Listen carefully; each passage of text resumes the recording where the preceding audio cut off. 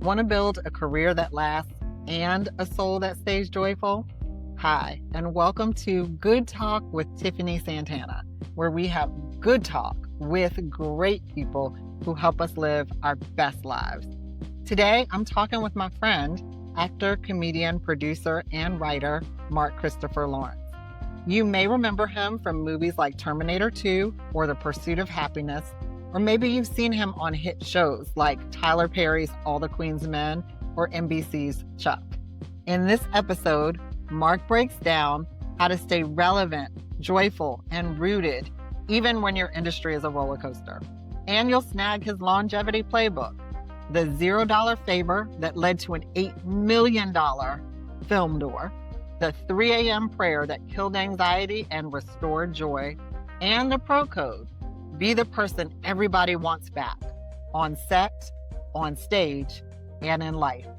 If you create, lead, or serve, this episode is your blueprint. Thank you for being here.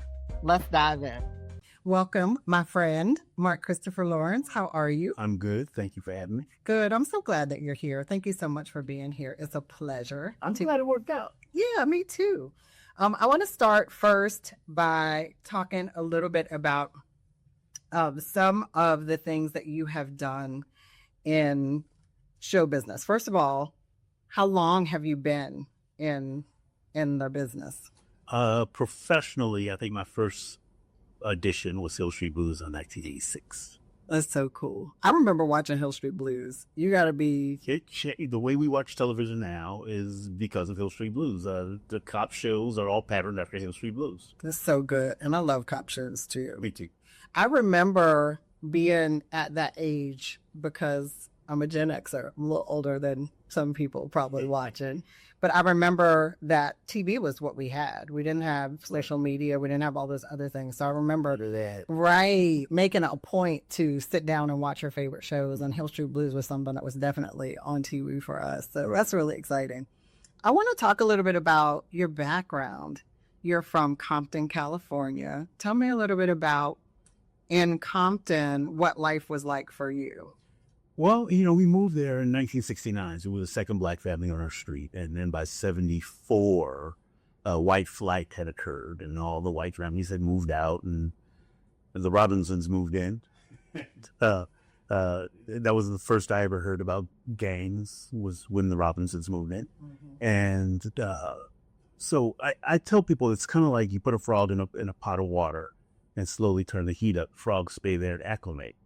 And so that's what it felt like to me. I didn't think the way the media thought in terms of, there's so much bad stuff going on in Compton, but it's just like any other neighborhood in America. This street is good, 2 blocks over is not. And for me, I was more afraid of my mom than I was of the gangs. Me too. My mama was my gang leader. That's really cool. So when you got into... How did you get into showbiz? Did you do comedy first or acting first? What was that? Oh, they both sort of happened around the same time. I was in the 11th grade. Mrs. Schilling was my English teacher. Before you go to high school, you have to take the English proficiency exam. And I always say I was the dumbest kid in that highest class. Athletes would pass by and they go, "What you doing in there? Apparently I can read." So Mrs. Schilling encouraged me to do a play, and she got me into speech, and we took the play to the Literary Olympiad, Compton by the School District, and won. And I won my first acting award, the best actor for the play Bus Stop. And then all of a sudden I didn't have a 5th period class, so she says, "Hey, you can be in my 5th period class." And I said, okay. So I go to her class, and it's a speech class, and she says, "You can't pass unless you go to tournaments." So I started going to tournaments and loved it. And, long story short, I ended up at USC on a speech scholarship. That's awesome. Yeah. And while there, one of my coaches had a friend who was an agent, and she brought me in. She finished singing a play at the school and signed me after seeing me in the play. She said, "Well, here's my card. Call me." I called her, went to her office. She signed me, and I didn't have any money. So she's like, "We gotta get you some pictures. So let me call my friend." She brought her friend Charles Fredson. And he used those pictures for 12 years. And my agents were like, well, you still look the same, but we probably should get some new pictures at this point. And that was the beginning of, the acting side of it. The comedy side was Mrs. Schilling introduced me to a guy, Perry Brents, who he coached me for one of my speeches that I was taking to the national tournament. And he said, you're funny. You should do comedy. I'm like, I don't know about no comedy. What you talking about? And so he was producing a show called Evening of Soul at USC. And during that period of time, he says, I have this show, and it's going to be at Roosevelt Junior High. It's basically the same Evening of Soul show. I will be coming to 3 minutes. So me and my friend Lennon sort of put together 3 minutes for me. We didn't really know what I was doing, but I was funny. And then Lennon said, well, we should go to the Comedy Store. And so he and I actually started doing stuff together. And then one night I decided I'm going to go and do by myself one night. So Louis Anderson, I came off stage and Louis Anderson said, hey, you got something here. That was 1981, my first time on stage at Comedy Store in Hunt. Wow. That's right. Wow. So you were, 17 years old? Just that. Wow. That's spectacular. How was your mom with you doing comedy at 17? Because you had to be in the clubs. I was the baby of the family, so by the time I came along, she was tired. She's like, look, just don't go out there and kill. If you get in trouble and end up in jail, tell them you ain't got no mama. That's right. And, that kept me on the straight and narrow. That is so neat. I was an English teacher. I don't know if you knew that. No. I was an English teacher for 10 years. So it's exciting that it was an English teacher that kind of nudged you into what you are now. I would call her, every milestone. My first professional play was at the Los Angeles Theater Center, Anthony Fitzpatrick. I called her and said, hey, I'm in a play at the Los Angeles Theater Center. It's Shakespeare. And she started crying. Oh, I'm sure. And then my first TV show, first audition, Hill Street Blues. It's on the machine before I get back home. I call her, she cried. How was every first series, I booked a series at Sammy Davis Jr. And we never actually shot it because he broke his hip. But as soon as I got it, I called her. She cried. And then when I finally got on the show that was on the air, it was the George Wendt show. I called her, she cried. But just, just the love that she had for her students and the way she sort of nurtured me. She said to me one day, she said, you are good at this. She said, so, stop playing around. Let's still work. And I got very good at it and got a scholarship. I love that so much. Yeah. There's nothing like good teachers. Good teachers can totally change the trajectory of your life. And I remember the bad ones too. Yeah. There was one, algebra. He covered a chapter a day, and I would miss during speech season.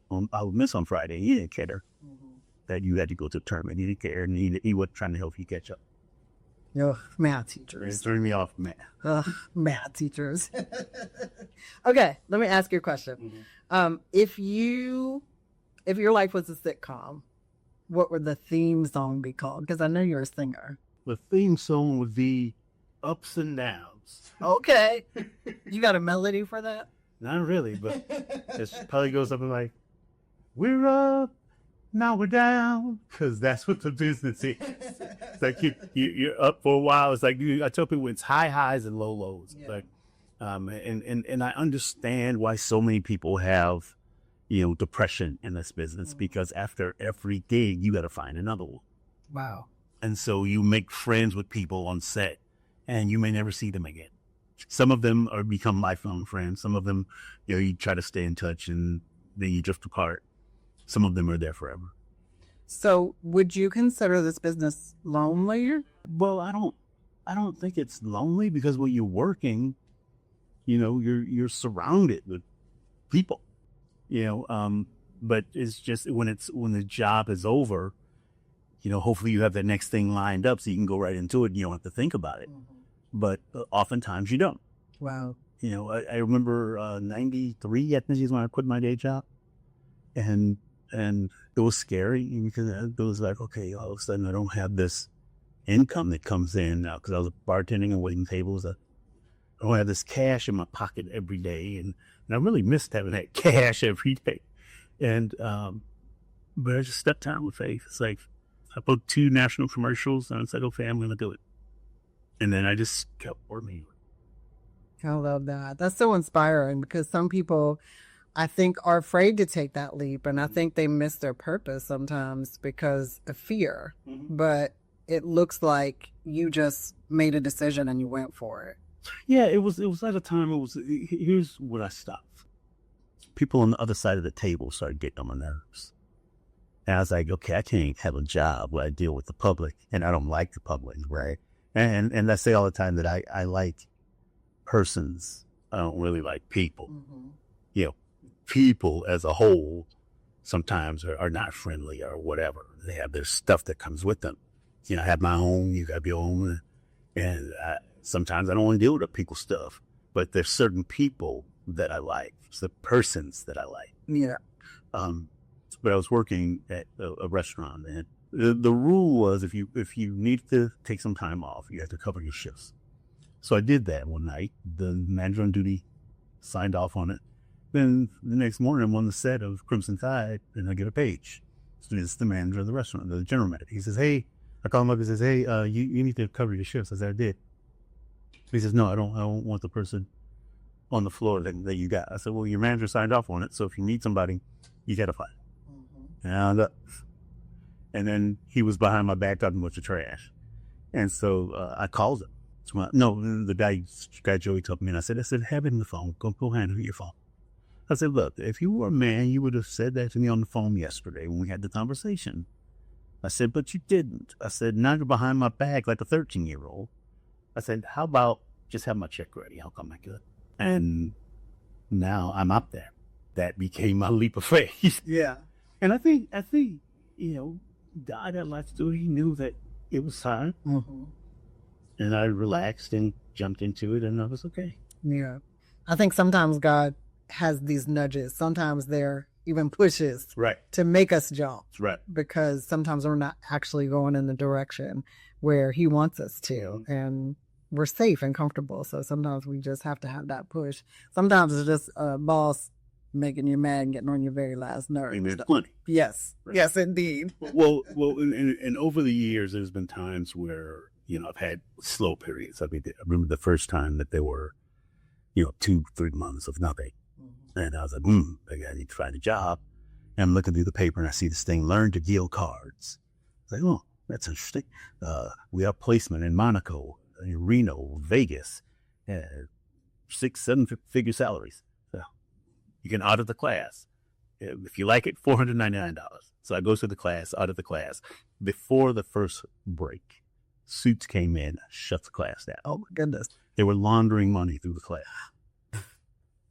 So glad I didn't give them $400 million. And then about a week and a half later, I get a call from Wardrobe from Terminator 2, which I had auditioned for 2 months prior, just assume I didn't get it. Which she says, hey, I need your size. And I said, what was this for? Because I hadn't had an audition since then. Mm-hmm. And she says, Terminator 2. I said, great. Here's my size. I called my agent. I said, hey, I just got a call from Wardrobe. We're on the phone with them right now. We're making a deal. Great. And that was the beginning of the sort of snowball that became my career. Was that one of your first big major movie roles? That was the biggest thing that I had done at that point. Wow. In fact, I remember getting that first check, and it was the most money I'd ever made on a movie. Wow. Yeah, I was like, wow.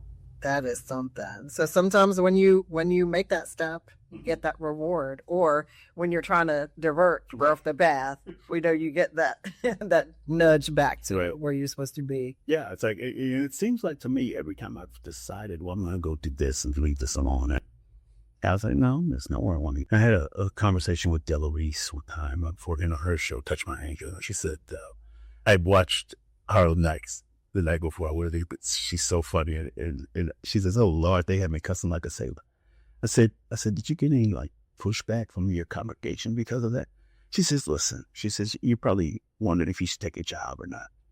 She says, if somebody doesn't understand that when you play a character, it's not you. You didn't write the words, you just saying them. She says, so if they have a problem with that, that's their problem, not yours. Mm-hmm. She says, you don't know why God puts you into a place because people are watching and you never know who he's trying to reach through you. Just let God's love shine through you and go take your job. That's so good because God wants us everywhere. Yeah. He wants his people everywhere. My pastor has given similar advice to people in the industry Mhm. because at our church there are a lot of people who work in entertainment and they have those same struggles of trying to decide which roles to take Right. or which songs to perform and Right. things like that. And we just have to go where God leads us. I'm convinced of that. And He wants us to be in those spaces shining His light. I tell people all the time, God doesn't open doors in here. I want you to walk through. So if He opens the door, you go. You don't know what's over there. That's right. I did this thing for a friend of mine last Friday, and it was zero money. He's like, he had me money. He said, we got no budget. He says, it's California College of ASU, and it's their film students award ceremony. Can you host? And I was like, so on Friday, what time? I need you there about 5 o'clock. So rush hour traffic from San Diego. This doesn't sound good at all. And I go there, and I watch all the films. There were 6 films. I watched them all, and they were really good. Some of them, the scripts were kind of bad, but most of the acting was great, and the actual production values for them having no money was great. And then at the end of it, this guy comes up to me, and he was the father of one of the students, and he says, I'd like you on such and such a show. I was like, oh, great, thank you. Then his son comes over and says, hey, we're producing a film, and we want you to be in it. And Jake Gyllenhaal has just looked at it. He's going to help us raise more money. We're going to shoot it for $250, and now the budget looks like it's going to be about $8 million. Wow. And so now I'm glad I went. Yeah, that's so good. I love those stories because I think sometimes we just have to be open to things that maybe are out of the ordinary, out of what we would normally do, because we never know, like you said, where we'll end up or how God will use that. That's right. And it's one of those things, too, where I felt like it was an opportunity to give back because there were a lot of people that helped me along the time. And you do quite a bit of giving back. That's how we actually got connected, because I make it lead a nonprofit, and you so graciously come every year for our awards gala. I know you do a lot of comedy. A lot of charity. I know you do a lot of charity.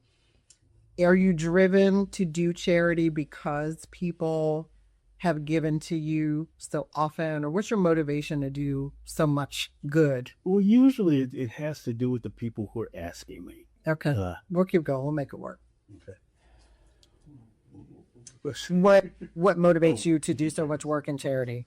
Usually it's the people who are running it, people that contact me. And like with you, it was my friend Leanne. Yeah. And so I was like, okay, I'll do it. And then like with Human Growth Foundation, Daphne came to set when I was working on Chuck. And she was so funny and cool. And I was like, yeah, I'm going to be. But from working with you guys, other things happen. Mm-hmm. And usually it has to do with how does the charity affect me? Before I said yes, I went to look charity up. And I was familiar with Bethany House in San Diego because I did comedy for one of their events. But then I went to look the thing up, and I was like, okay, this is something I should do. So good. So good. And I noticed also that you all around the country do different kinds of things, different kinds of charities. Are there certain causes that you're more drawn to, or is it just if you know the people, or you feel it, or you feel led to do it? Typically, it's somebody reaching out that either knows me or knows somebody who knows me, and then once we have the conversation, then that's really good. Well, I certainly appreciate you. You've been fantastic for our organization. Okay, you have balanced a successful entertainment career with strong faith. I know that Hollywood, and I'm just using Hollywood as a term. People always say that, but I know Hollywood is not Hollywood. You have always been very open about your faith. Has that brought you any challenges as you've navigated Hollywood? Not that I know of. Okay. You don't know what goes on behind closed doors. Years ago, my manager said he was at a party, and Brandon Tartikoff, who at the time was the head of Paramount, spoke highly of me. I was like, I don't think I've ever met him. He says, well, you'd be surprised, he. And that's the thing, I think. It's about Hollywood and faith, is that you don't know who is watching it and doesn't like it. Did a door close because of it? I don't know. But, I think our mandate as Christians is to go out and love on people, and that's what I did. That's right. And I feel like wherever God wants you and wherever he wants you stationed, that's where you're going to be anyway. Right. So nobody can renounce that. Right. That is so good. In what ways do you use your platform to encourage and inspire others through comedy or through storytelling? Well, the main way is, like, right now I'm working with a kid who has some physical handicaps. And a friend of mine said, hey, can you come to lunch? I want to introduce you to a kid. And so we talk, and he's a kid, but he's in his 20s. And he's in college, and he wants to be a comic. And he was so passionate about it through this conversation. I said, okay, I can help you. And so I give him a little packet of stuff that I give people when I coach them. And I said, don't get ahead of me. I said, we're going to work on one thing. And once I feel like you're good at that, we're going to move to the next one. And, in a 4-week period, he had about 20 minutes of material. When he took the summer off and he came back, and now he's at about an hour. Some of it needs to be polished. Some of it is very, very good. And when I see that, I go, oh, I helped him do that. Yeah. So you coach other comics also? Comics and actors. Wow. That's really good. Not a lot. I only have a handful of people that. So how does that happen? Does someone generally approach you and say, can you help me out? And how long do you usually spend with them?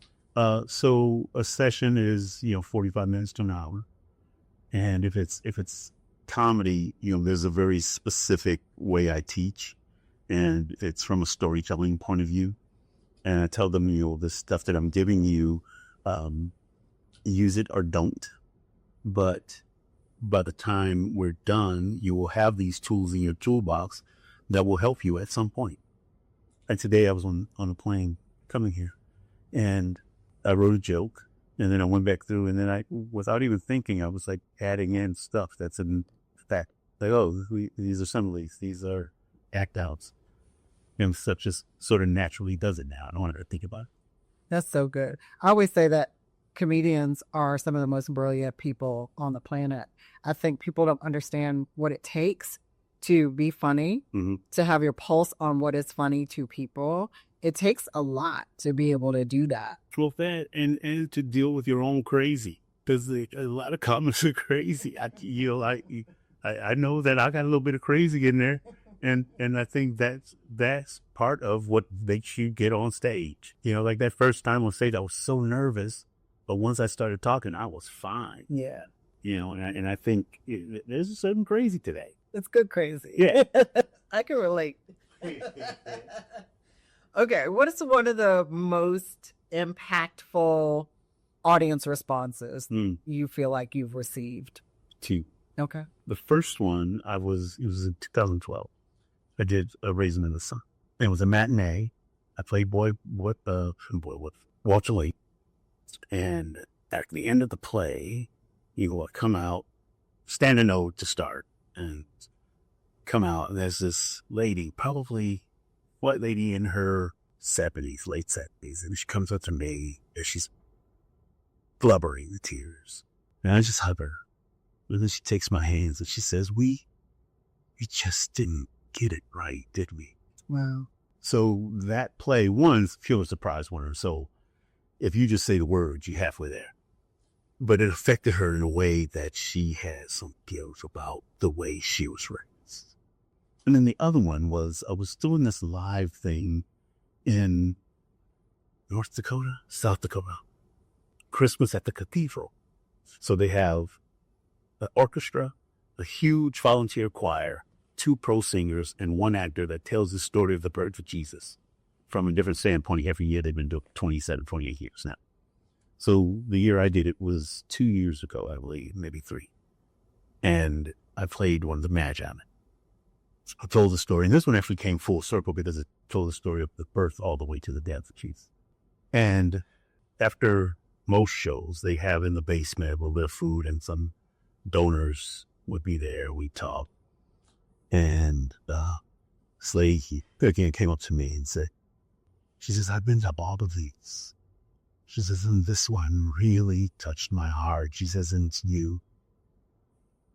And then right after her, this guy comes up. He didn't speak a lot of English. Ukrainian priest. And he's tall. He's got on this trench pea coat. And he says, you very good, you pro. You come to my church. I said, well, I have a show tomorrow. I can't come to your church tomorrow. And his daughter was with her. She starts laughing. And she goes, my dad didn't speak a lot of English, but he really liked you. I was like, well, good.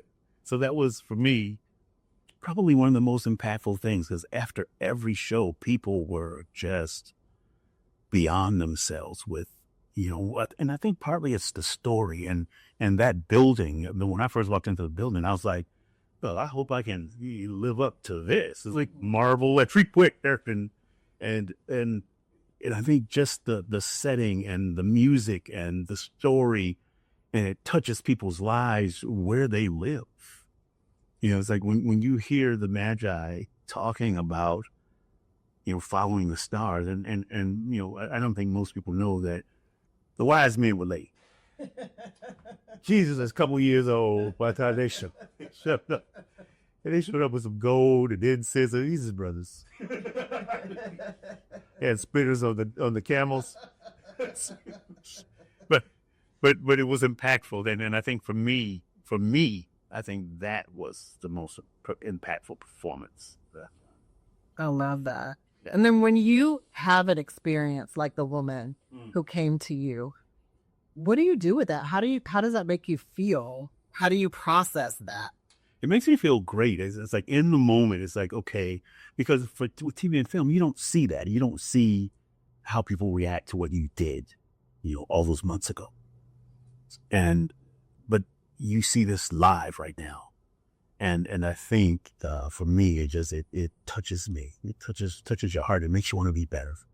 That's so good. That's so good. I come back tomorrow, I'm going to kill it. Yeah. And you really, in those moments, probably are affirmed that you're walking in your calling. Yeah. Yeah. Yeah. Do you feel like, did you always know that this would be your calling, working in acting, comedy, writing, producing? When I went to USC, I thought I was going to be a lawyer. I took a voice class for speaking and centering, and he said, you can't pass the class unless you do 2 songs and 2 monologues. I did the 2 songs and 2 monologues. Then he immediately talked me into auditioning for the Bachelor of Fine Arts acting program at USC, and I got it.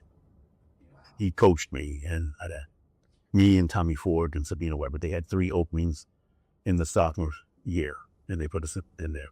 Wow. And, but as the years go, that's August Wilson would say, years go long, years go long, I started to notice that I don't suck at this. You know what I mean? It's like sometimes there's some things that I know. It's like, okay, that thing that I did with them over there, it was bad, but I was pretty good, and for the most part, I think when I'm working, I tend to really concentrate on the work, and that helps you get better.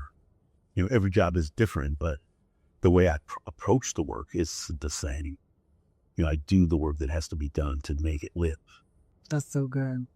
That made me think about something. Have you ever been in a role or been to perform stand-up somewhere and it was a flop, but something happened around the show or something happened around the performance behind the scenes where you were there, like the performance was a non-issue because maybe God sent you there to talk to a person or to change someone. Have you ever had an experience like that? No.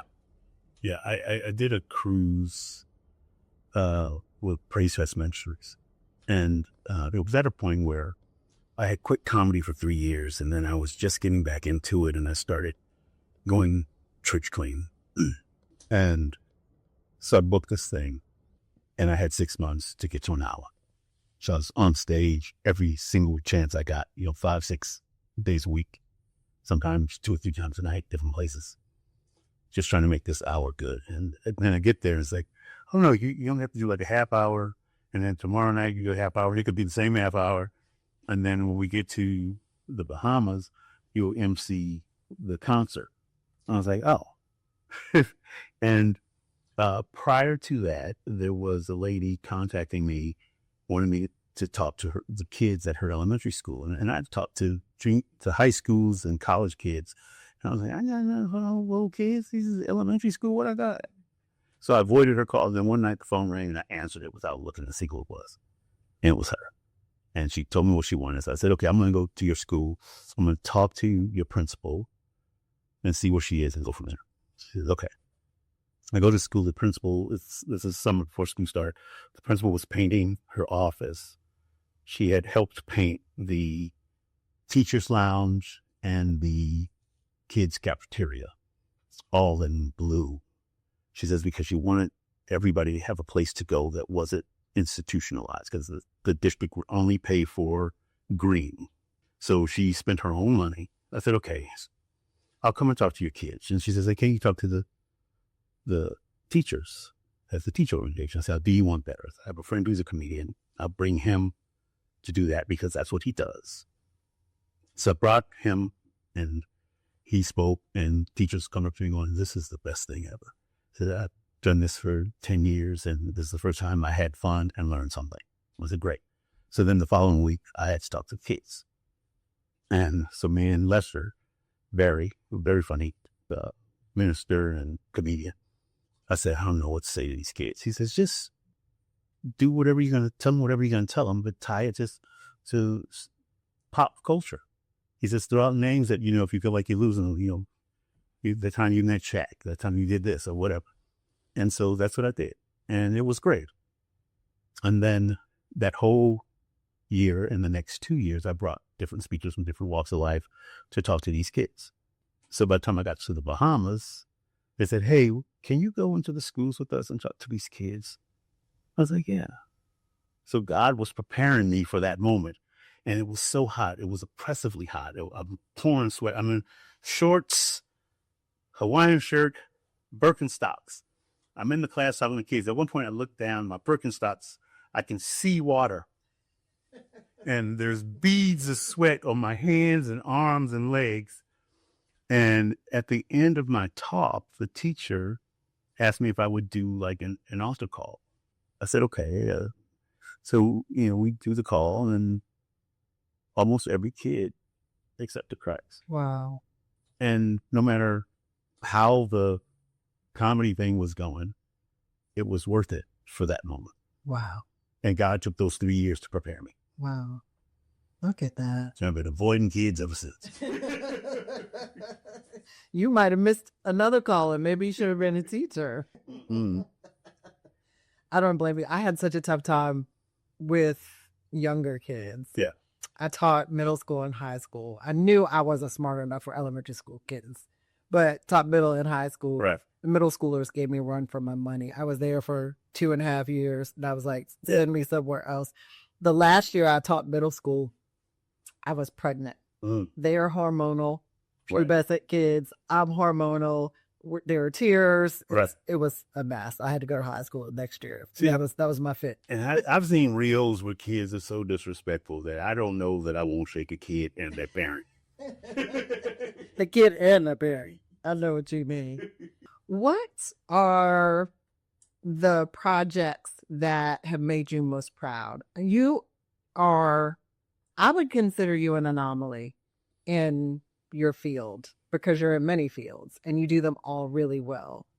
What projects have you really looked at and said, you know what, that's one of the best things I've done, or that's something that I'm the most proud of? Okay, so like in theater, I've done a couple of August Wilson plays. The first one was Fences. I played Gabriel, the brother with the plate in his head. And my friend Sharon, who's our childhood friend, we went to church together, and we've been friends since kids. And she's probably seen every play that I've ever done. And she saw that play. And at the end of it, she said to me, every time you were on stage, I didn't see you. She says, and I've seen almost every play that you've done. She says, and sometimes I go, oh, there he is. She said, I never saw you in this play. Wow. It was always him. And that was like the best compliment. So I think that work is probably some of my best work ever. And then when I did The Raisin in the Sun and Top Dog Underdog with a week in between for rest, and won San Diego Critic Circle for Outstanding Actor of the Year, the way people reacted to both of those plays, I think was really powerful. And then in film, I think, Bringing Back Christmas was because it gave me comedy and drama. It's like you first see me, it's like it's kind of funny, and then it's like it turns tragic. Then he has to mind himself. So I think that is I watch that and I go, this not only is it a good project, I'm good at it. Mm-hmm. I told you before that Bringing Back Christmas was one of my favorites. I sobbed like a big old baby. It was so good. Yeah. If anybody has not seen Bringing Back Christmas, watch it. Watch it in July. I mean, it's just as good. You filmed it in a July, didn't you? Somewhere in the summer. In Texas. Oh my goodness. Record-breaking heat every day. First week, we were outside every day. And I had on like a sweater, thick sweater. Oh my gosh. And, luckily they had a PA. She was so wonderful. She would come after every take and put a cold towel on my neck and hand me electrolytes. And at the end of it, I tipped her. And she said, are you sure? And I said, I want to make things film forward for you. So good. Those are things that I think are so important to highlight too. I think that people look at being in front of the camera, being on stage, and they mystify that. They make it so big. The final product. Right. But these interactions that you have with all of these crew members, sometimes hundreds of crew members doing all kinds of things to make that thing work. There's a scene in there where I'm running across this little bridge and the camera's right here in my face. So it's a rig that the camera is literally coming out of my shirt, and you got to keep your chest up when you run. And it's, it cooled down to a crisp 95 at night, and bugs and, probably 10 takes. And people don't see that part of it. Right. They don't see that when I'm done with that 14-hour day, I go back to the hotel and memorize for the next day. Wow. It's hard work. It's hard work. It's hard work. People see the final product and, the glitz and the glam, but they don't see not only the work that it takes to bring that to fruition, right, but how much work you have put into your craft all the way back from high school through college, continuously learning and growing. It's amazing to watch. It's inspiring. Thank you. I think for me, like when I coach, I tell people, I say, look, you can learn them by watching other people do it. It's like, even if it's okay, that ain't the way to do it. You've learned that part of it. And then when you watch somebody who's really good, then that's when you go, okay, what did he do that made me feel that way? It's like those little subtle nuances. I was working on Pursuit of Happiness with Will Smith, and every take he was trying to get better. And that's the way I work. Every take I give you something a little bit different. It's like it's the same tone, but it's slightly different. And he said to me one take, he said, I see what you're doing. And then one take he comes up to me, he goes, you got to go watch it. I said, I can't watch it. I said, if I watch it, I'll try to fix it. But that's what it is. It's like not just the work that you did years ago, and even in the moment, you're trying to get better. Yeah. I would imagine that that's one of the things that has contributed to your longevity and contributed to doors opening for you. Yeah, I think that, and also, I conduct myself as a pro. When I'm on stage, it's like I don't think you could find a producer that doesn't want to work with me again. Because I did something on set that made everybody mad, or, I was inappropriate, and I think that's part of it. It's like being somebody that people want to work with. And I think that's just was raised by a good mom. That's so good. That's so good. Thank God for good mamas. Yeah. Okay, for the people who are watching, one of the things that I have really appreciated about you is that you always tend to know when people need their spirits lifted, and you try to do something to uplift them. For me, it's every once in a while I'll get a message from you with a funny video or something, and it just always happens to come at the right time. But See, that ain't me. That's because why am I up at 3 in the morning? look at their videos of people sliding across. One night, I sent out this reel that was killing me. And a friend of mine said, dude, why you up? Go to bed. I'm so that person. I'm so don't get mad at me if I message you at 2. You're under no obligation. Right, don't look. To send a message back at 2 a.m. I'm just up. How can people, this is probably a really challenging era and time for some people. Mm-hmm. What advice would you give to people to help them to find joy and laughter again when life gets heavy? I'll tell you what I did when I felt like my life was falling apart, and I was probably the cause of it. I got on my knees. I got in the Word, and I prayed that God would restore my joy. And then and it took a minute, because there was work to do. But that prayer, I think the song says prayer will move it. Mm-hmm. And it does. So pray and focus on other stuff. Don't focus on the thing that's dragging you down. Focus on where you're trying to go. That's so good. And that's what I did. That's so good. My pastor always says prayer changes things, but prayer also changes us. Yeah. Oh, and I think that's really the thing, is asking God, work on me. Because one thing you said I thought was really interesting is you felt like your life was falling apart because of the things that you were doing, because of the choices that you made, not necessarily life was happening to you. Right. So in those moments, did you understand grace better? Or did you already have an idea of grace and that's why you felt like you could just start crying? I grew up in the church, so I know that stuff. And in that moment, what I did was, the first thing I needed was to stop waking up at 3 a.m. Mm-hmm. like that. So I read everything that I could read about anxiety in the Bible.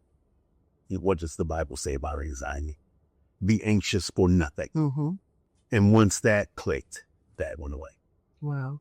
And then it was, okay, you can't just hide from the world at this point. Now it's time to go out and do what you do and do it better. And because I was literally just going through the motions, I would go to the comedy club, do my set, and do the same set, wouldn't caring if it was funny or not, just go and do it. And I mean, I'm always funny. I always feel like if I'm going to say it's not be funny. But I just rushed back to the house and that was it.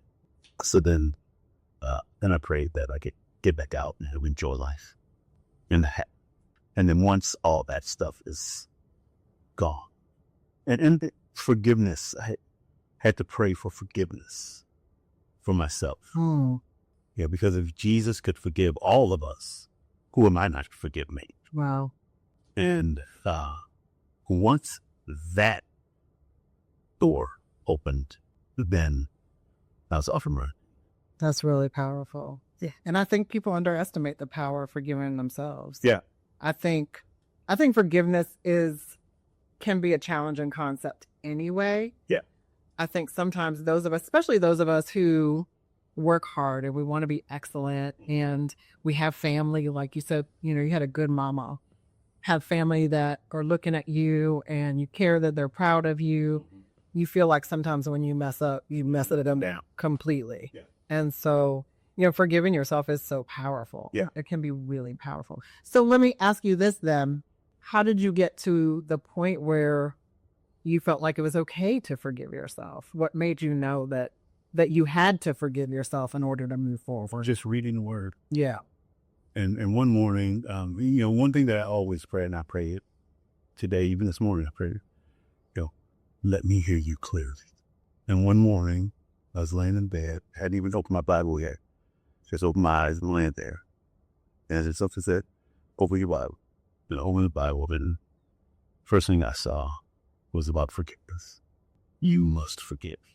And that includes you too. Yeah. Including yourself. And that turned the switch for me. Wow. That's really powerful. So tell me about what you're working on now. What are some of the projects that you're excited about, if you can tell? Yeah. The thing that's right at the top of the list, I think, is Comedy Angels.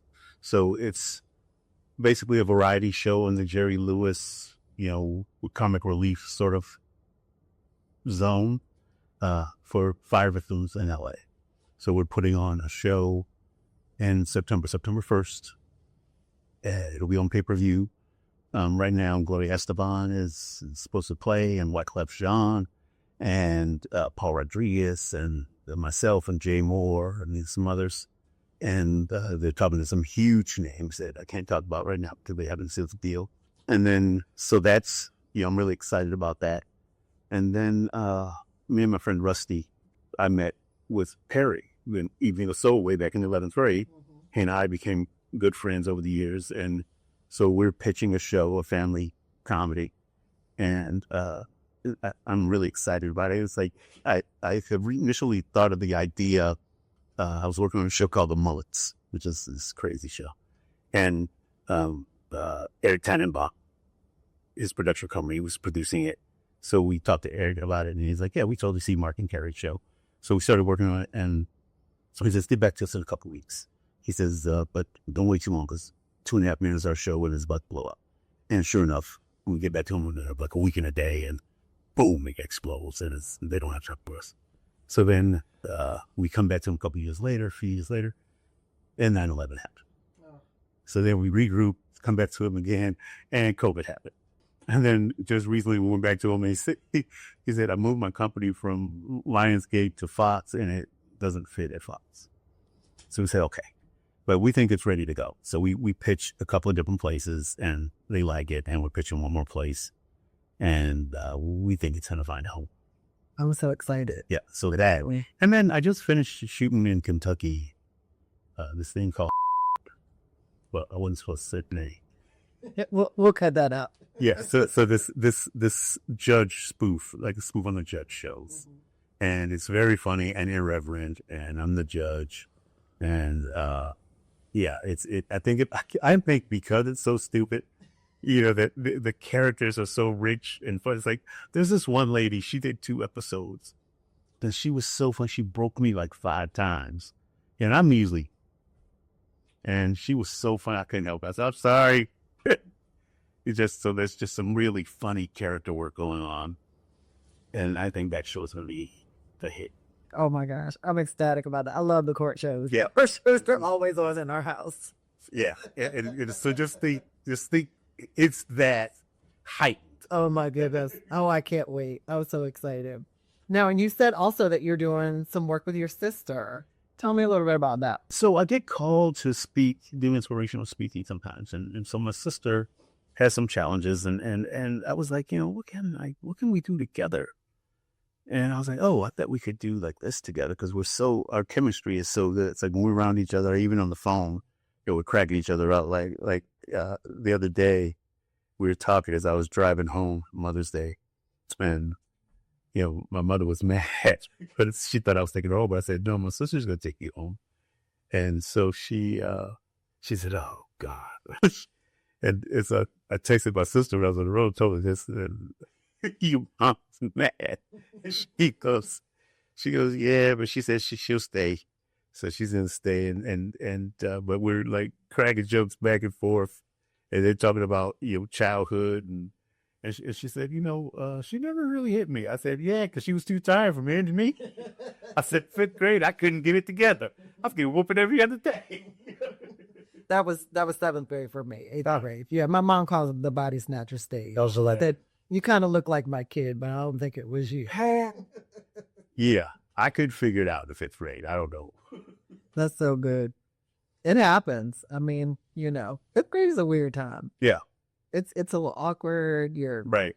You're a big kid, but not really. And you stink. Oh yeah. Yeah. All of that. It's crazy. What do you want people to remember most about your work? That I didn't suck. You know what I mean? It's like I want people to go, man, I saw him in this, and this, and he never sucked. He was always good. Yeah. and that's what I want people to see. Like, even though there's one thing that I'm most recognized from is a movie called Fear of a Black Hat. We play rappers, and I watch it, and it's just funny. But I look at me and I go, I wasn't very good back then, but I'm funny. Mm-hmm. Yeah, and we're actually trying to get something done with that too right now. But yeah, I want people to think that I didn't suck, and that when they met me, I was gracious. Yeah. I typically, if somebody asks me to sign, I'll sign as long as it's not just a blank piece of paper. And yeah. That's really good. I can attest to both. You don't suck. And you're gracious. So how can people support you and stay connected to you? What are the places they can find you at? I'm easy to find. If you Google me, you can find me. You go to my website. All the bugs for my social media is at the bottom of the splash page. Mark Christopher Lawrence, Instagram. I'm there every night about 2 a.m. I'm sick. Can't say it. I won't see you. Written videos. People slip on ice. And that's, I always laugh. People falling makes me laugh. Your mom too. It is because I fall. I've fallen a bunch. I slipped in the shower and broke my back. Oh no! I was into somebody's trash and slipped and broke a bone on my L5. So falls are funny to me. So like if you fall in front of me, I'm gonna help you up, but there will be laughter. That is too funny. My mother is the same way. She likes all those silly, like people slipping on ice, the women on the runway with the heels, and oh my gosh. I saw one of this guy slipped in his driveway and it just slid all the way down to the end of the driveway. And he looked so defeated. I was like, go get back in the bed, man. Don't get back to the bed. Start this day over. That's awesome. Is there a scripture or a quote that has carried you through tough times? Yes. 1 Thessalonians 5:17. Pray without ceasing. Mm-hmm. That's so good. Yeah. I love to hear that prayer has been such an integral part of your life. How do you define prayer? It's a conversation with the Father.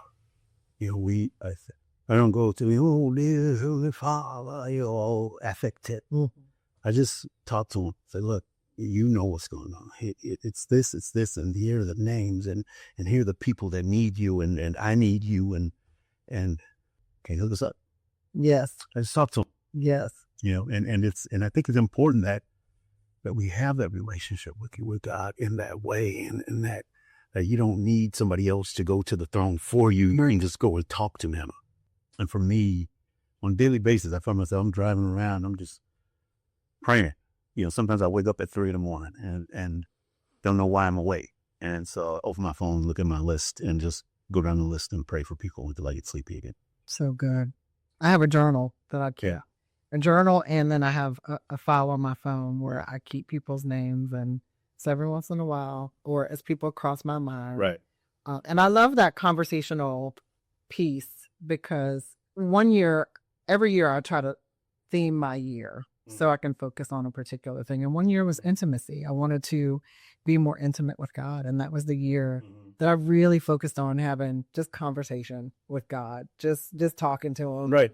And whining sometimes and lamenting and, getting it all out on my chest. He gets it. But then, just really talking like my dad. Yeah. How's it going, God? What are we doing today? And right. My life has transformed. Right. Help me not to act a whole fool out in these streets. But it really has that personal, conversational type prayer has really revolutionized my life in so many different ways. And it's so cool to hear you say that. Well, growing up, like, you go to church and you hear these pastors that, are scholars and they pray that way. Mm-hmm. And so I'm sitting there as a kid, like, I want all them big words. Mm-hmm. I'm going to talk to him. And then one day it was just like, I'm just going to tell him what I need. And then I had a pastor tell me one time, he said, God hears you. And this is unsolicited. And he says, and you're praying for everybody around you and you're not praying for yourself big enough. So good. So now I'm praying bigger. So good. Because he hears it and he's got it and he's ready. Yeah. I love it. Okay, last couple questions. This show is Good Talk with Tiffany. And I want to know, what does good talk mean to you? Well, look at the Latin root of good. Etymology of the word good.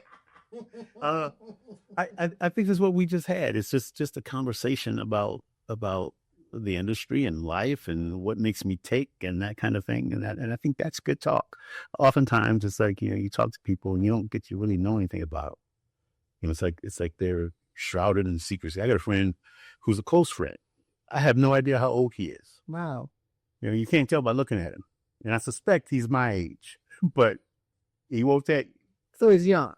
He's young. Okay, that's what you're saying. Yeah. My parts ain't young. My knees, ankles, hip, shoulder, none of that. It's young, but this heart and this mind, It's straight. or mine is youngish. It has its moment. All right, I got a few rapid fire questions. Okay. Who was your favorite comedian growing up? That's a hard one. Probably all the ones I wasn't supposed to listen to. Richard Pryor, Red Fox, George Carlin, Bill Cosby. And I think I'm influenced a little bit by each of them and the way I do what I do. Physical comedians, like Jerry Lewis is very silly for me, but some of the physical stuff, I tend to latch on to. So those are probably in my top, and then today there's so many. Chappelle was brilliant. Dustin Nickerson, Zoltan, Vicky Barbalak. There's so many. Brian Regan, Paul Ogata. If you ever see that he's playing here, go see Paul Ogata. Okay. Paul Ogata makes me feel like, why do I call myself a comic? Wow. Because I ain't a comic. If I'm doing TED Talks compared to what he's doing. So good. Yeah. We will too, because we do a lot of comedy. We like to sit up front and try to be a part of the show. Oh, it happens. You and Paul show, you are part of the show for sure. This is what he does. He seamlessly goes from crowd work to material, and you don't know what's written and what's not. So good. Yeah, that's so good. That's my kind of show. All right. What's your favorite cheesy pickup line or dad joke? Did it hurt when you fell on the head? That's my favorite cheesy pickup line. Oh my gosh. I'm going to try to keep my laughter. This is the one I found the other day. I even did a post about it. It was so funny. I'm so glad that I got my library card because I'm really checking you out. That's a good one. It's so cheesy. Right. Like, yeah. I like cheesy stuff. And then it was, I think when I was in like junior high, you would say, you must be tired because you're running through my dreams all night long. I'm here for it. Okay, if you could guest star on any show, past, present, or future, what show would you pick?